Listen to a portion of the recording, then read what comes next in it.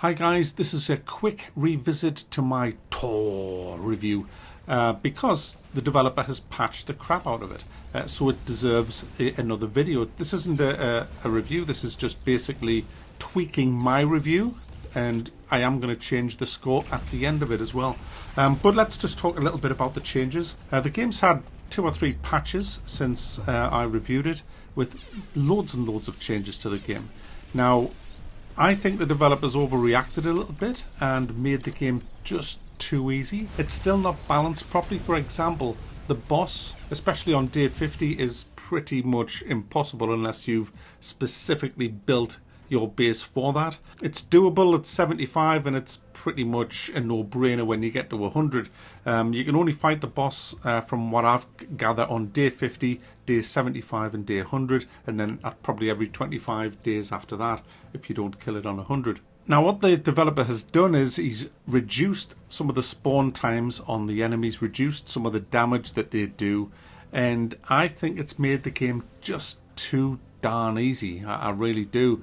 It's also got like endless now. It carries on after you beat the boss, but there is really no point because I've never really seen the game get much more difficult after that. It's just, I haven't played it that far after killing the boss, to be honest, but I have played it a bit and I'm just owning all the battlefields. That's the problem. The only thing that ever beats me in this game is the boss, and once you've killed the boss there's no real need to play it anymore. And the bigger problem is you still have the repetitive 3 or 4 or 5 maps that you're doing over and over and over again. Now, because they've fixed the reforging, that makes the game way more enjoyable for me, and because you now get resources when you die, that kind of stops you going into what's called a death spiral. I just wouldn't have reduced all the damage of the other things. I think that was a bit of a mistake, but it's all about balancing, and I'm sure the developers getting feedback from everybody on the forum and will make necessary changes. So the game is a lot better than it was when I played it. I mean, I played it again today for a couple of hours. Like I said, beat the boss, had fun. It's good when it works, and it works a lot better than it did, so it is definitely better than it was when I reviewed it.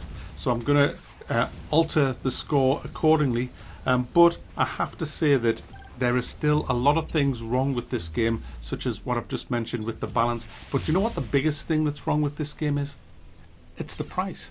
The price, I feel, is just too high for what you actually get. I mean, £20, there's some amazing deep games out there for £20. This kind of spams the same type of battles. There's about 4 or 5 or 6 different types of battles, if that, 4 or 5 different maps, and that's what you do over and over and over again. Having said that, the new changes to the game make it way more fun than it was when I played it on release. There's not all the broken things that was in it. They've pretty much all been addressed now. So the game is more fun to play. And if you're a tower defense fan, you're going to like this game. So I'm going to middle thumb this. But the caveat is that you have to be a real tower defense nut to enjoy it, which is why I've middle thumbed the actual game. But it's still, in my opinion, it's overpriced probably by at least 50%, so I'd wait till it comes down the sale if I were you. But I'm up in the score because I think it deserves it. It's gone up from a 4 to a 6 out of 10 now, but it's still in middle thumb territory.